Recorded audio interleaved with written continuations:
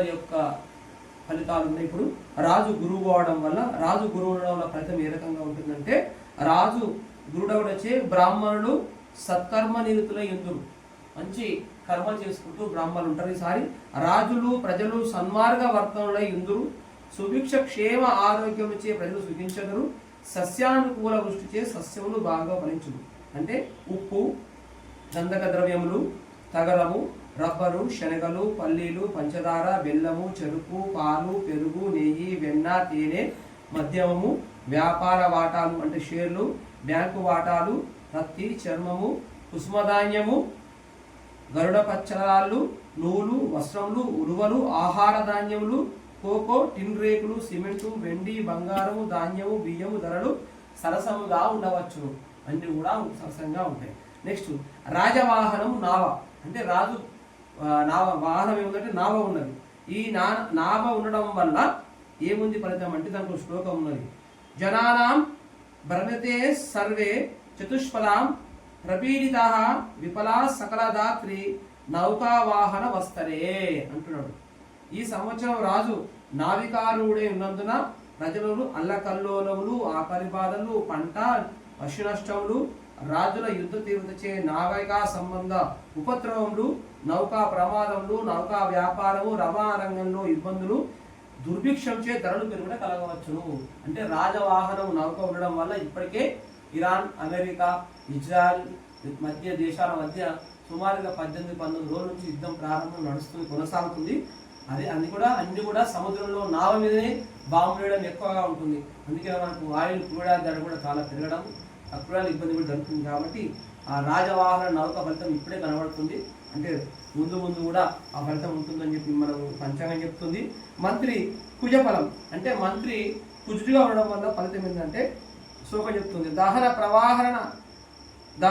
ప్రహారణ శాపన మరుధాయ BT రతుల్యస్సాత్ శీతితనయే మంత్రిని సతి వృష్టిర్మధ్యాక్షాశ సస్యానాం. ఈ సంవత్సరం మంత్రి కుజుడైనందున చోరాగ్ని భయములు, యుద్ధములు, కలహాలు, అతివాయువు, మధ్యమ వృష్టి, సస్యహాని, ధాన్యాల ధరలు పెరుగుట, ధాతు లోహముల ధరలు బాగా సరసగా ఉన్నవి. అంటే వ్యాపార పంటల యొక్క ధాన్యాల ధరలు పెరుగుతాయి, బంగారం వెండి ధరలు పెరుగుతాయి. అదేవిధంగా చోరాగ్ని భయములు, యుద్ధములు, కలహాలు జరుగుతాయి. ఎందుకంటే మంత్రి కుజుడు ఎప్పుడు కూడా యుద్ధ ప్రేరితుడు, యుద్ధానికి సిద్ధంగా ఉంటాడు కుజుడు. కాబట్టి ఆ కుజ గ్రహం యొక్క లక్షణం అదే. ఇంకోటి సేనాధిపతి చంద్రుడు. ఇక్కడ మనకు కొంచెం మంచి ఫలితం ఉంటుంది. సేనాధిపతి చంద్రుడు ఉండడం మనకు ఇక్కడ ఫలితం ఏంటంటే, ఈ సంవత్సరం సేనాధిపతి చంద్రుడు వచ్చే ఆహార ధాన్యములు, వెండి, బంగారము, పెట్రోల్, వెన్న, నెయ్యి, చక్కెర, నూలు, వస్త్రములు, బియ్యములు ధరలు పెరగవచ్చును.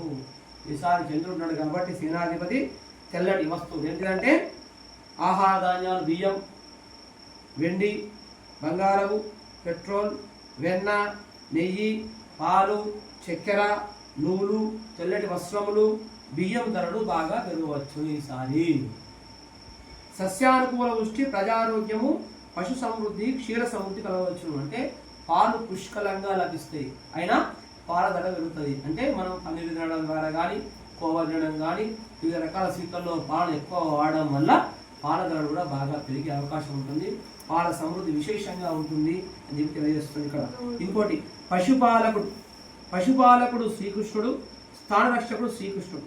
ఈ రెండు శ్రీకృష్ణుడు అయినందువలన సుభిక్ష క్షేమారోగ్యములు, ధరలు తగ్గుట, పశువులకు తృణ సమృద్ధి, జల సమృద్ధి, ప్రజలకు సస్య సమృద్ధి, ధనధాన్యాది సంపదలు కలుగుతాయి. ఇక్కడ అంటే పశుపాలకు శ్రీకృష్ణుడు ఉండడం వల్ల జరిగేది ఏంటంటే ధరలు తగ్గుతాయి, పశువులకు తృణ సమృద్ధి, జల సమృద్ధి అంటే గడ్డి కానీ, పశువులకు నీరు కానీ, ఆహారం కానీ, సస్య సమృద్ధి, ధనధాన్య సంపదలు విశేషంగా కలుగుతాయి. అంటే పశువులు సుభిక్షంగా ఉంటాయి ఈ సంవత్సరం.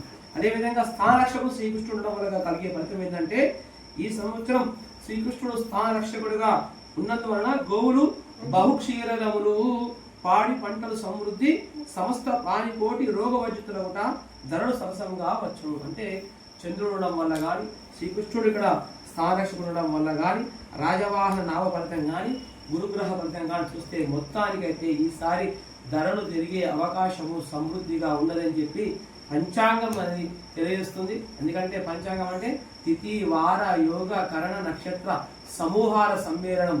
ఖచ్చితంగా ప్రతి సంవత్సరం కూడా పంచాంగాన్ని గతంలో చూసినట్టయితే అన్ని పంచాంగాలలో సిద్ధాంతం చెప్పిన విషయాలన్నీ సంపూర్ణంగా జరిగినాయి.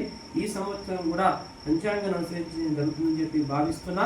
ఇంకా మేఘాధిపతి చంద్ర ఫలితం అంటే ఈ సంవత్సరం చంద్రుడు మేఘాధిపతి ఇంద్రుల చేత సర్వత్రా సుపుష్టి సస్య సమృద్ధి గోవులకు క్షీర సమృద్ధి కలగవచ్చు. అంటేనే పాడి పంటలు బాగుంటాయి, వర్షాలు బాగుంటాయి, 4 తుమ్ముల వాన 2 తుమ్ముల గాలి కాబట్టి విశేషమైన వానలు సమృద్ధిగా కలుగుతాయని చెప్పి పంచాంగం ద్వారా మనం తెలియజేయడం జరుగుతుంది. తెల్లని ధాన్యాలు కానీ తెల్లని భూములు కానీ విశేషంగా ఫలిస్తాయి. అదేవిధంగా మధ్యమ వృష్టి కలుగుతుంది, సస్యములు కలుగుతాయి, వాయుశీలనం అధికంగా ఉంటుంది, గాలిచే మేఘచ్ఛన్నం ఉంటా, జనులలో భయం కలగవచ్చు. అంటే వర్షం పడుతుంది కానీ ఆ గాలి వల్ల ఒక్కోసారి మేఘాలు కూడా విచ్ఛిన్నమైపోయి కూడా ప్రజలకు ఇబ్బంది కలిగి సందర్భాలు కూడా ఏర్పడతాయని చెప్పి ఆయన చెప్తున్నాడు. ఇంకా రసాధిపతి రవి ఉండడం వల్ల ఈ సంవత్సరము బెల్లము, తేనె, నూనెలు, చింతపండు, నిమ్మ, నారింజ, మామిడి పండ్ల ధరలు పెరగవచ్చు. అంటే మొత్తానికి ఈ సంవత్సరం చూస్తే అన్ని రకాల పంటల అన్ని రకాల వస్తువుల ధరలు విశేషంగా పెరిగే అవకాశము సమృద్ధిగా కనబడుతున్నది. ధరలు పెరగడం మాత్రం జాగ్రత్త అందరికీ ఉన్నది. వ్యాపారస్తులందరూ కూడా ఎవరైతే వ్యాపారం చేస్తున్నారో వాళ్ళందరికీ ముఖ్య సూచన ఏంటంటే మనం కొంచెం స్టాక్ వేసుకున్నట్టయితే లాభాలు కలిగే అవకాశం అనేది విశేషంగా చూపిస్తుంది. పంచాంగం ప్రకారం వాళ్ళందరూ కూడా చక్కగా వ్యాపారస్తులు లాభాలు కలిగే అవకాశం విశేషంగా ఉందని తెలియజేస్తున్నది. అదేవిధంగా ఆడక నిర్ణయం ఈసారి సముద్రం నందు 7 తుమ్ముల వర్షం ఉంటుందంట, పర్వతాల నందు 9 తుమ్ములు, భూమి అందు 4 తుమ్ముల వర్షం ఉంటుందంట. అంటే పర్వతాలలో 9 తుమ్ములు అంటే ఎక్కడకంటే హిమాలయ పర్వతాలు కానీ ఆరావళి పర్వతాలు కానీ వింధ్యాసాత్పుర పర్వతాలలో 9 తుమ్ముల వాన ఉంటుంది. అంటే అర్థమేంటంటే ఇక్కడ నదులన్నీ కూడా విశేషంగా పొంగి ప్రవహిస్తాయి. అంటే నదుల ద్వారా ప్రజలకు ఇబ్బందులు కలిగే అవకాశం ఉంటుంది, అది గమనించాలి. ఇక్కడ సముద్రం నందు 7 తుమ్ముల వాన అంటే విశేషమైన వాన, పర్వతాలయందు 9 తుమ్ముల వాన అంటే చాలా చాలా అధికమైన వాన. కాబట్టి అమర్నాథ్ యాత్రికులు కానీ హిమాలయ పర్వతాల్లో జరిగేటువంటి సందర్భాలలో కానీ కొండచెరువు విడిపడే అవకాశం ఉంటుంది. నదులు, సముద్రులు, జీవ నదులన్నీ కూడా విశేషంగా ఈ సంవత్సరం ప్రవహిస్తాయి అని చెప్పి తెలియడం జరుగుతుంది. అదేవిధంగా ద్రోణామక మేఘఫలం ఈ సంవత్సరం ద్రోణామక మేఘమైనందున అల్పవృష్టి, అతివాయువు, పల్లీలు, పసుపు, కంద, ఉల్లి, ఆలుగడ్డ, చామ, అల్లం, చిలకడ దుంపలు, శొంఠి, ముల్లంగి మొదలైన దుంపకూరలు ధరలు పెరగవచ్చును. అంటే ఏమిటంటే వర్షాలు బాగా పడి చెర్లు నిండిపోయి, కుంటలు నిండిపోయి, వాగులు నిండిపోయి కొంతమంది పంటలు ఇబ్బంది కలిగే అవకాశం ఉండడం వల్ల ధరలు పెరిగే అవకాశం ఉండవచ్చు అని చెప్పి ఇక్కడ ఈ పంచాంగం ద్వారా మనము తెలియబడుతున్నది. ఇది నా అంశం కాదు, పంచాంగం ద్వారా నేను చెప్పిన విషయాలు మీకు చెప్పడం జరుగుతుందని చెప్పి భావించాలి. అదేవిధంగా మకర సంక్రాంతి ఫలం